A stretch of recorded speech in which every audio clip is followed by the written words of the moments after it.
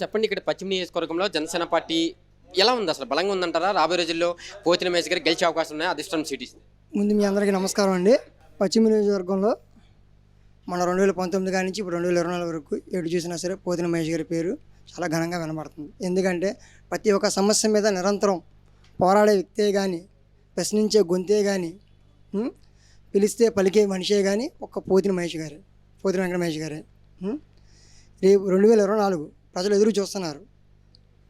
ఒక పశ్చిమ నియోజకవర్గమే కాదు, ఆంధ్రప్రదేశ్ మొత్తం జనసేన టీడీపీ అధికారం కోసం ప్రజలందరూ ఎదురు చూస్తున్నారు. విజయవాడ పశ్చిమ నియోజకవర్గంలో ఇంటింటికి జనసేన టీడీపీ ప్రభుత్వం రావాలంటూ కరపత్రాన్ని పంపిణీ చేస్తున్నారు. ప్రజల నుంచి వస్తున్న ఆదరణ ఎలా ఉంది?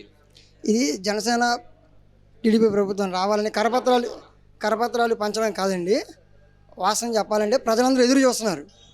పశ్చిమ నియోజకవర్గం పోతిన మహేష్ గారి గురించి ఎదురు చూస్తున్నారు, ప్రజలందరూ ఎదురు చూస్తున్నారు.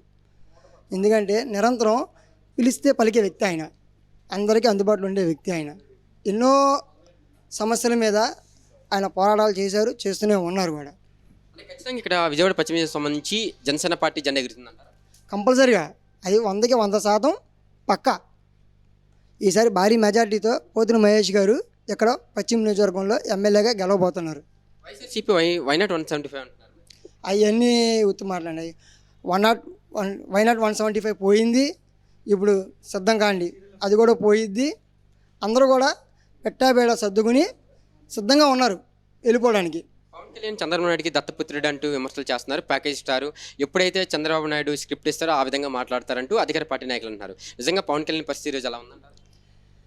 ఈరోజు చూస్తే మన 2014 నుంచే కానీ ఇప్పుడు 2024 వరకు కూడా పవన్ కళ్యాణ్ గారు ప్రతి ఒక్క సమస్య మీద నిరంతరం ఆయన సొంత ఖర్చుతో ముందుకెళ్ళారు. ఎవరికి ఏ అవసరం వచ్చినా కూడా, ఎవరికి ఏ ఆపద వచ్చినా కూడా ఆయన నేనున్నానంటూ ముందుని నడుస్తున్నారు. ఆయన దత్తపుత్రుడు అన్న వాళ్ళే నెంబర్ 1 పేడ్ ఆర్టిస్టులు వాళ్ళు.